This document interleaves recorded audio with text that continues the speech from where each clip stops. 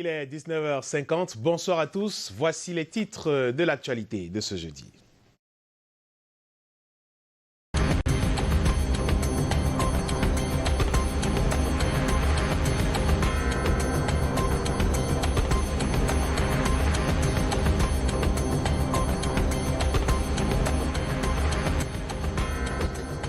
À la une ce soir, l'affaire de l'audit des fonds destinés à la lutte contre le Covid-19 fait les choux gras de la presse depuis quelques jours. Des médias s'appuient sur une correspondance du secrétaire général de la présidence de la République adressée au ministre de la Justice, instruisant une enquête judiciaire pour annoncer un tsunami dans le gouvernement. D'autres vont plus loin en donnant même déjà des noms de ceux qui pourraient être pris dans les serres de l'épervier sous peu. Revue de la presse sur ce sujet à suivre dès l'ouverture de ce journal. À la une également ce soir, le double jeu des transporteurs sur le corridor Douala-Djamena à Bangui. La double immatriculation des camions monte en puissance sur le tronçon. Le phénomène est un véritable désastre sur les économies des États de la CEMAC. La gendarmerie s'attaque à la pratique depuis quelques jours. Dans l'actualité également, ce jeudi, le stade d'Olembe à Yaoundé sera-t-il finalement prêt pour l'organisation de la Coupe d'Afrique des Nations prochaine? Les responsables du ministère des Sports assurent que oui, mais l'immensité du travail encore en cours fait craindre le contraire. Le ministre des Sports a effectué une énième descente sur le site ce jeudi.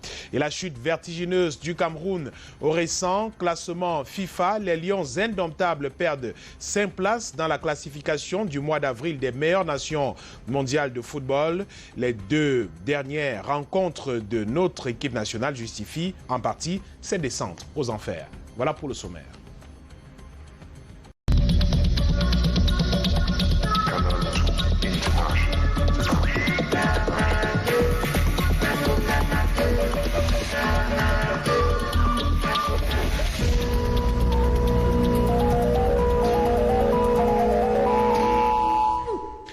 Bienvenue au 19h50. Je vous le disais en titre, des médias s'enflamment depuis quelques jours après une correspondance du secrétaire général de la présidence de la République instruisant le ministre de la Justice à ouvrir une enquête judiciaire contre les auteurs et complices de détournement des fonds destinés à la lutte contre le Covid-19 au Cameroun. Chacun y va de son commentaire. D'autres pensent même déjà connaître l'issue de l'affaire. Une relance de l'opération épervier en vue, lance certains. Daniel Anissem Boudier fait le point pour nous. Le sujet fait les choux gras de la presse nationale. Plusieurs tabloïds parus ce jeudi consacrent au moins une fenêtre à cette actualité. Tous ceux qui ont mal utilisé l'argent du Covid-19 devront répondre de leurs actes, soutient le quotidien Réalité Plus, qui se précipite à demander aux détourneurs des fonds du Covid à se préparer à descendre à Konengi. Le tribunal criminel spécial, lui, est déjà prêt à accueillir les premiers suspects, titre des faits actuels. La nouvelle expression, pour sa part, parle de Covid-Gate en perspective au sein du sérail. L'équation prédit déjà la foudre qui se prépare à s'abattre sur ces auteurs de détournement de fonds. Les quotidiens Le Jour et Mutation ne sont pas en reste de cette nouveauté. Sur les réseaux sociaux, l'enquête semble avoir déjà livré son verdict. Des lanceurs d'alerte ont déjà analysé les contours de l'affaire, laissant libre cours aux commentaires des plus insolites. Chacun a son mot à dire, soit pour condamner, soit pour atténuer. Rappelons que tout ceci fait suite à une correspondance du ministre d'État, secrétaire général de la présidence de la République, adressée au ministre de la Justice ce 6 avril. Le document qui circule sur la toile depuis quelques heures instruit le garde des Sceaux, Laurent Esso, à ouvrir une enquête judiciaire contre ceux qui ont vampirisé la cagnotte destinée à la lutte contre le Covid-19. Une somme qui s'élèverait à plus de 150 milliards de francs CFA. La chasse à l'homme est donc ouverte. La chasse à l'homme également sur le corridor Douala-Djamena-Bangui, victime d'un phénomène de la double immatriculation des camions. Le fléau prend de l'ampleur avec des pertes financières dans les économies de ces États de la CEMAC et déjà une dizaine de transporteurs et leurs camions pris en flagrant délit en une semaine seulement, comme ce jour à Touboro, où pas moins de 7 engins viennent d'être mis aux arrêts. Eric Guélé pour le reportage. Les documents en question n'appartiennent pas à ces camions que vous êtes en train de voir. Et les chauffeurs sont passés aux aveux. Des camions immatriculés au Cameroun et au Tchad. 7 gros porteurs arraisonnés à la frontière par le peloton routier de Tcholiré à Touboro au motif de double immatriculation. Avec le double immatriculation, ils parviennent à charger dans le quota camerounais comme dans le quota tchadien. Et en ce qui concerne les impôts, Tels que nous les voyons, nous savons qu'ils ne payent les impôts ni du côté du Tchad, ni du côté du Cameroun. Ces derniers n'acceptent pas d'être contrôlés. Si vous les interpellez, ils vous disent qu'ils ont le sauf-conduit et qu'ils ne vous présentent aucun document. Les lois des deux pays contournées par des transporteurs véreux qui utilisent leur sauf-conduit à d'autres fins. Et le numéro châssis qui figure sur la carte grise, vous allez trouver que c'est deux mondes différents. Les permis, comme vous voyez, ce sont des faux permis qui ne sont pas réglementaires. Ce ne sont pas les permis CEMAC. Parce que les permis CEMAC sont comme celle-ci et qui ont le logo de la zone CEMAC. Et vous voyez, c'est un papier en carton. C'est le carton, c'est scanné. Ces transporteurs d'un autre genre sont traqués ces derniers jours par la plateforme intersyndicale qui a mis sur pied des comités de suivi des chargements le long du corridor Douala-N'Djamena-Douala-Bangui. Nous avons pris l'engagement de mettre tous les moyens pour mettre fin à ces irrégularités. Nous devons mettre fin à tout cela et nous devons interpeller tout le monde qui passe par ces pratiques que c'est le moment d'arrêter ce genre de pratiques. Installée il y a quelques semaines, la collaboration comité de suivi et Pandore porte des fruits avec déjà près de 10 cas pris en flagrant délit en une semaine. 2 mois après le lancement dans la ville de Douala de la campagne de sensibilisation et de répression des mototaximens portant sur le permis de conduire catégorie A, la carte nationale d'identité, la carte grise, les retombées positives se font déjà ressenties sur le terrain. Un regain d'intérêt vers ces pièces exigibles est observé. L'action menée par les responsables des différents syndicats de cette activité, le projet Moto Afrique, vient sortir le mototaximan de l'ombre pour la lumière, tout en faisant de lui plutôt un citoyen responsable. Les précisions avec Charles Robert Itoke et Stéphane Binak. On les voit se ruer vers les points d'enregistrement 2 mois seulement après le lancement de la campagne de sensibilisation et de répression des mototaximens sur le permis A, carte grise, carte d'identité et bien d'autres. Chacun y va de son expérience. Et 2 fois de suite, j'ai eu des menaces au niveau de Bonassama par certains agents de la communauté. Et tellement ils arrêtaient les motos, ils menaçaient des usagers. J'ai été traumatisé par les agents de gouvernement qui sont en route là. On m'a interpellé au niveau de Yassa. Et là, j'allais au chantier. J'ai été très dérangé, puis j'ai décidé de suivre la formation. Notons que la ville de Douala enregistre plus de 300 000 mototaximens et seulement 6 000 possèdent le précieux sésame. 2 mois après le lancement de la campagne, quel bilan effectué? En début mars, il y a eu une session d'environ 1000 candidats. Et le 10 du mois en cours, on va présenter à nouveau environ 1000 autres candidats qui vont passer l'examen de permis de conduire de catégorie A. Pour les représentants des syndicats, la prise de conscience est grande et le résultat reste visible sur le terrain. Les mototaxis avaient un problème de volonté tout simplement.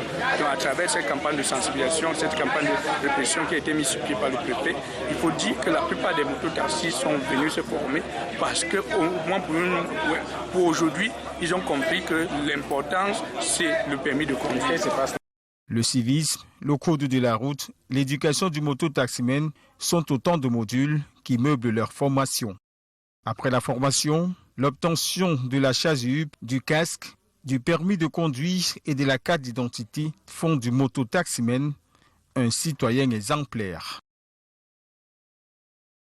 Allons à l'ouest du Cameroun pour cette découverte macabre à Banjoun. Précisément, un cultivateur en effectuant des travaux champêtres tombe sur un sac, un corps plutôt mutilé, enfui dans des sacs jetés dans la fosse d'un chantier abandonné toujours dans la localité. Les détails dans ce récit de Walter Bertrand et Dimitri Kuaté.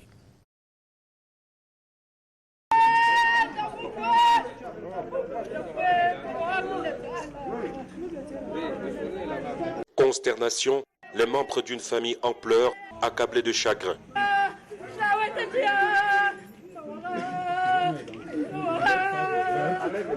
Ces derniers ne reverront plus jamais sous le soleil leur frère, le nommé Nonoyon de Guy Michael, 28 ans, électricien, choriste à Kopchou, chef d'un groupe de fanfares originaire de Bangwa. Parti de Bafoussam depuis le 25 mars 2021 pour Banjoun, À bord de sa moto, les restes de son corps sans vie ont été découverts dans une fosse au milieu d'un chantier abandonné au quartier Dja par Banjoun. Oui, j'étais en train de arriver à côté de la fosse. J'ai senti qu'il y avait des mouches, il y avait peut-être quelque chose qu'il ne fallait pas. Il fallait alerter le quartier. Mais il y avait certains gens qui disaient que peut-être, c'était un sang de crèche. C'est pour ça que j'ai alerté beaucoup de gens. C'est aujourd'hui, qu'on a détecté qu'il y avait un corps. La moto de la victime aperçue quelques jours plus tard chez un autre conducteur. Moi et le médecin, on a retiré le corps. Le gars était ligoté. Sur le coup, c'est là. On a pendu le gars et retiré tous ses organes. Le mettre dans 2 sacs. La dépouille en putréfaction inhumée au cimetière municipal.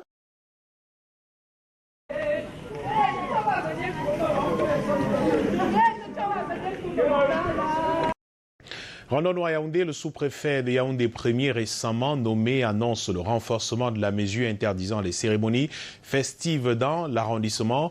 Au cours d'une rencontre de prise de contact avec les chefs traditionnels de 33 regroupements, Aruna Nyandi Mwatu a également appelé à la sagesse dans la gestion des dossiers fonciers.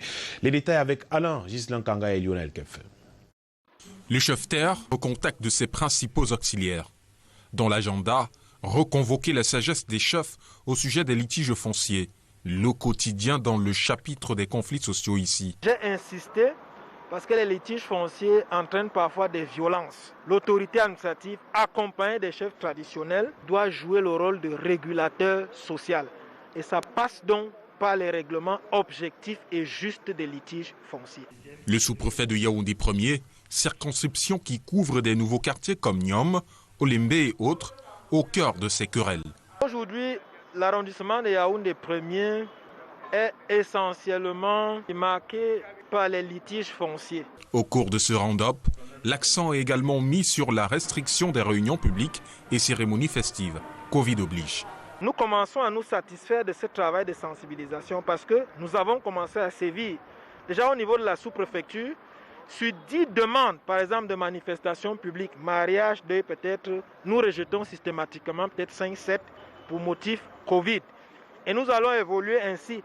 Nous devons accepter que la maladie est là, nous devons vivre avec et l'intégrer dans nos façons de faire.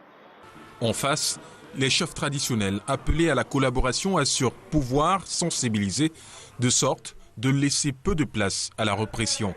Nous restons prêts à œuvrer avec vous dans tous les cas où notre contribution s'avérera utile pour la réussite de votre noble et exaltante mission. L'arrondissement de Yaoundé 1er, situé à l'entrée nord-ouest de Yaoundé, compte parmi ses quartiers Etoudi, où se trouve notamment le palais de l'Unité, ce qui rajoute au prestige de la mission du nouveau sous-préfet.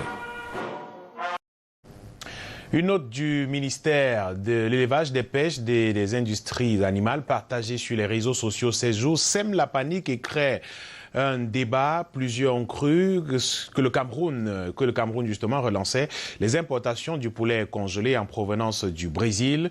De l'avis du président de l'interprofession avicole du Cameroun, il s'agit d'importer les poulets plutôt d'un jour afin de relancer l'industrie avicole en peine en ce moment. Par ailleurs, la rareté du poulet dans nos marchés inquiète de plus en plus. Notre pays semble pris au piège des éternelles importations. Samuel Baya et Thierry Nana ont mené l'enquête. La titraille des journaux parus ces jours fait frissonner. Elle amplifie les dessous d'un débat au centre déjà refroidi. Le poulet congelé importé serait-il à nouveau servi de façon légale dans nos plats? Je m'inscris en faux contre cette affirmation. Il était question de rechercher les pays qui sont indemnes de la grippe aviaire, donc des pays qui n'ont pas de grippe aviaire, donc des pays qui sont sains sur ce plan-là. Il fallait donc aller vers ces pays pour importer donc des œufs à couvert ou de poussins d'un jour. Donc voilà le sens de la lettre du ministre. Dans les marchés, les comptoirs sont vides. Le poulet est une denrée rare. Comme vous voyez le comptoir, là, il n'y a pas de poulet. Tout est sec. Il n'y a que les poussins de 400, 300 grammes qu'on voit de part et d'autre. La politique avicole au Cameroun bave. Sa survie serait dès lors subordonnée aux importations. Le gouvernement camerounais, pour protéger les siens, c'est-à-dire nous les producteurs locaux, à stopper l'importation des poulets et des œufs venant de l'Europe. Parce qu'il faut rappeler que nos géniteurs, nos reproducteurs de poulets pondeuses ou poulets de chair viennent d'Europe. Donc aujourd'hui, au Cameroun, nous n'avons pas encore de grands laboratoires pour produire des poulets qui sont capables de donner 2 kilos de viande en 35 jours. Le Brésil est donc l'Eldorado, sans lequel la crise n'est pas lointaine. L'industrialisation est retardée. Le Cameroun importerait même des céréales pour produire de la provente. Le Conseil électoral d'Elections Cameroun tient sa première session ordinaire de l'année 2021. Au cours de la cérémonie d'ouverture de session, ce jeudi à Yaoundé, le président du Conseil électoral, Eno Abrams Egbe, a fait un bilan de l'année achevée et fait déjà des projections sur les prochains challenges de l'ECAM. Le compte rendu de Daniel Anissemboudi et Michel Foucault. 2020 a été rempli de challenges pour Elections Cameroun. Après les élections législatives et municipales le 9 février, l'institution a organisé les premières élections régionales de l'histoire de notre pays. Un scrutin qui joue sa prolongation depuis le 4 avril dans le département de la Ménois à l'ouest. C'est sur ces bons points que le Conseil électoral ouvre ce jeudi à Yaoundé sa première session ordinaire de l'année 2021. Le président Eno Abrams Egbe salue le bon déroulement de ces élections. Nous avons coutume de dire à l'ECAM qu'il n'y a pas de petite élection. C'est dans cet esprit que nous avons pris la pleine mesure du scrutin du 4 avril. En mettant en œuvre toutes les dispositions concourant à une parfaite organisation et un déroulement harmonieux depuis la convocation du corps électoral jusqu'à la proclamation des résultats. Un hommage spécial est adressé aux principaux acteurs du scrutin. À l'issue d'un déploiement dont les suffrages se sont avérés serrés et les scores très rapprochés, nous avons vécu une grande satisfaction. Nous avons vécu avec une grande satisfaction l'échange de salutations chaleureuses entre les candidats qui sont mutuellement félicités. C'est un geste de grandeur et de fair play politique que toute la communauté électorale salue et encourage vivement et qui s'inscrit à l'actif de notre démocratie. Elections Cameroun veut affronter les prochains challenges avec la même sérénité. L'institution envisage dans les prochaines semaines d'accélérer le processus de modernisation de ses outils afin de s'arrimer aux standards internationaux en matière de gouvernance électorale. Les installations des nouveaux promus à la Sûreté nationale nommés par décret présidentiel le 18 mars dernier se poursuivent. Le commissaire de sécurité publique du 6e arrondissement de Yaoundé qui a été installé ce jour à Yaoundé justement, le commissaire de police So Munto mesure l'ampleur de la lourde mission qui est désormais la sienne, des missions à lui rappeler par le représentant du délégué régional de la Sûreté nationale qui a procédé à son installation ce jour à Yaoundé. Karel Mezatiachoya et Michel Foucault. Prenez le commandement.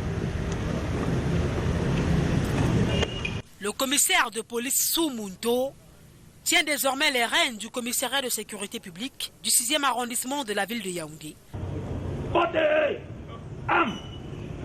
Posez armes. Un soldat suffisamment armé pour occuper le poste à lui confier. Il cumule près de 21 années de service. Son niveau d'instruction et ses connaissances professionnelles vont lui permettre de mener à bien ses missions dans son unité de commandement.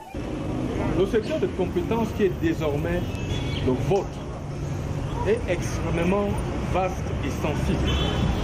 À ce titre, vous devriez sécuriser ces populations et leurs biens tout en menant et en maintenant l'harmonie et la cohésion sociale. Il remplace à ce poste le commissaire de police principal Yves Landry Ekobé, appelé à d'autres fonctions, après de bons et loyaux services rendus ici. La hiérarchie a choisi de confier la destinée du commissariat de sécurité publique du 6e arrondissement de la ville de Yaoundé à celui qui est né en 1975 à Bafoussam, dans la région de l'Ouest. Les instruments de la hiérarchie ont été très clairs. Nous devons être au service des populations. Donc nous sommes prêts, nous allons travailler en collaboration avec les autorités judiciaires, administratives et municipales pour pouvoir bien accomplir nos missions. Donc nous exhortons les populations à nous aider dans cette mission délicate et nous permettre de vraiment lutter contre la criminalité dans ce secteur.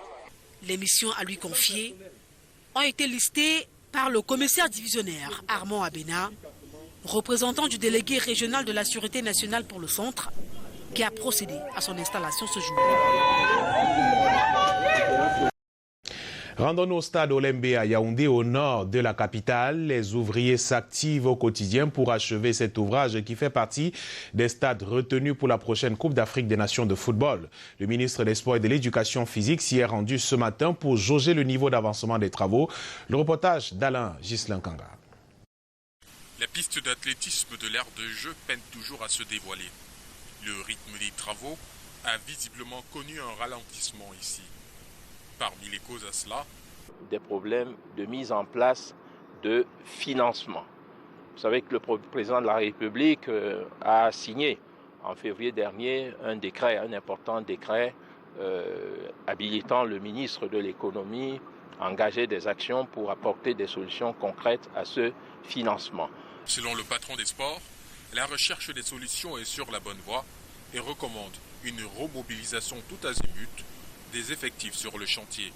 Cela nous a amené à recommander à l'entreprise McGill de restaurer la confiance auprès des sous-traitants qui, en raison de ces difficultés financières, subissaient des effets collatéraux et donc ne pouvaient pas être aussi efficaces. Nous avons déjà rencontré tous les sous-traitants, nous avons eu l'appui du maître d'ouvrage qui a rencontré les sous-traitants pour rassurer sur le financement qui est apporté par l'État du Cameroun. Encore une fois, McGill, en 2019, avait assuré de démarrer le projet sur les fonds propres et sans avance de démarrage, ce que nous avons fait pendant plus d'1 an et demi. McGill Construction dit être à la phase finale. Le niveau des travaux est estimé à plus de 87% et le délai de livraison.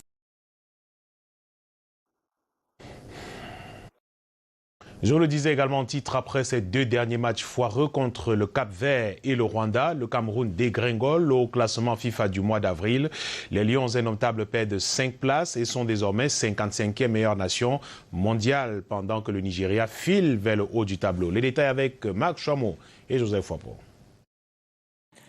Le Cameroun chute de 5 places au classement des meilleures nations de football dans le monde. Conséquence logique, au regard de la piètre prestation des Lions indomptables lors de la dernière période FIFA. 50e au mois de mars, le Cameroun passe 55e mondial. La faute à une défaite au Cap-Vert, 1-3, une nation moins bien cotée. Et le match nul 0-0 sans saveur face au Rwanda à la maison, qui ont suffi à tirer les Lions indomptables vers le bas.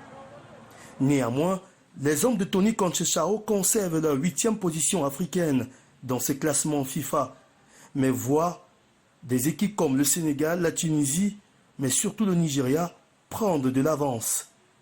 Première nation africaine, le Sénégal est classé 22e mondial, 2 places de perdu pour les Lions de la Teranga après leurs 2 matchs nuls récents en éliminatoire de la CAN Cameroun 2021. La meilleure progression reste celle du Nigeria qui chipe la 3e place africaine aux champions d'Afrique en titre d'Algérie et se positionne à la 32e place mondiale. Sur le plan mondial, justement, c'est le statu quo. La Belgique, la France et le Brésil mènent le peloton de tête. Les Lions indomptables auront l'occasion en juin de remonter au classement FIFA si et seulement si ils entament leur campagne pour la Coupe du Monde 2022 par des victoires. Un mot sur cette arrivée de la dépouille de Pascal Monkam. Ce jour, à Douala, la dépouille de l'homme d'affaires en provenance d'Afrique du Sud, où il est décédé le 27 février dernier, a été accueilli ce jour par le gouverneur de la région du littoral. À la base aérienne de Douala sont également venus accueillir le corps de l'homme d'affaires, les épouses, les enfants et les petits-enfants du défunt, les membres de sa famille, la grande famille Bakassa, amis et bien d'autres personnalités de la République étaient présents lors de cette cérémonie de réception du corps de l'homme. Selon des explications de son fils Alain Monkam au micro de Canal 2 International cet après-midi, après l'accueil du corps au niveau de l'aéroport de Douala, la dépouille du promoteur des chaînes d'hôtels La Falaise fera une procession dans la ville de Douala au niveau de ses structures. Et demain, vendredi, le corps du géant de l'immobilier va prendre la route de l'Ouest pour son Bakassa natal, où il y aura encore d'autres cérémonies et suivra donc l'inhumation le samedi 10 avril prochain. À l'étranger, observatoire des élections au Tchad, le Conseil africain pour la démocratie est à pied d'œuvre en vue de la présidentielle du 11 avril au pays d'Idriss Déby Itno. Ayant rencontré les membres de la Commission nationale électorale indépendante, les observateurs inscrivent leur mission dans la volonté d'instaurer une véritable démocratie au Tchad sans toutefois s'ingérer dans les affaires de l'État. Monique Naosi-Fosso et Magloire Yando. La première vague des observateurs panafricains, conduite par le Camerounais Relouane Charaboutou, est reçue en audience par la Commission électorale nationale indépendante du Tchad. Ils sont venus s'enquérir du déroulement de la campagne électorale et s'imprégner des pratiques démocratiques en prélude au scrutin présidentiel du 11 avril prochain au Tchad. Occasion pour eux également d'exposer leur mission continentale à la Commission électorale nationale indépendante de ce pays, de l'Afrique centrale. Je vois que ça se déroule très bien, normalement, pour qu'il y ait la paix dans notre pays. Et qu'on a parlé à l'affaire de l'opposition qui ont boycotté. Bon, ils ont dit qu'il a dit que ce n'est pas leur affaire. La CENI ne gère pas l'affaire d'opposition. Notre rôle, d'abord, c'est d'être les arbitres. Nous sommes les observateurs et par conséquent, je considère que notre rôle, ce n'est pas de nous immiscer dans la posture des partis politiques, mais de vérifier la pertinence de la démocratie électorale dans ce pays. Depuis 2 mois, les partis politiques d'opposition et acteurs de la société civile mènent des campagnes pour barrer la voie à un 6e mandat au maréchal Idriss Déby Itno, à la tête du pays depuis 30 ans. En dépit de ce contexte de crise préélectorale, la Commission électorale nationale indépendante rassure que le processus va être mené dans le calme et la sérénité. Nous avons 7000 démembrements, depuis les provinces jusqu'aux communes en passant par le département. Et tous ces démembrements sont tout aussi paritaires. Oui, la majorité et l'opposition démocratique. Après le Congo, le Cameroun, le Mali, la RCA, la Guinée équatoriale, ces observateurs panafricains exposent sur la vision d'une démocratie africaine adaptée à son contexte culturel. Roland Lumumba du Congo, Célestin Djamène du Cameroun et l'ex-président de la CENI du Mali constituent entre autres membres des observateurs du Conseil africain pour la démocratie. Voilà qui fait l'essentiel de l'actualité ce soir au Cameroun et en Afrique. Au nom de toute l'équipe de production de ce journal, je vous dis merci d'avoir suivi. Passez une très belle soirée sur notre antenne. Je vous retrouve demain, 19h50. Bonsoir.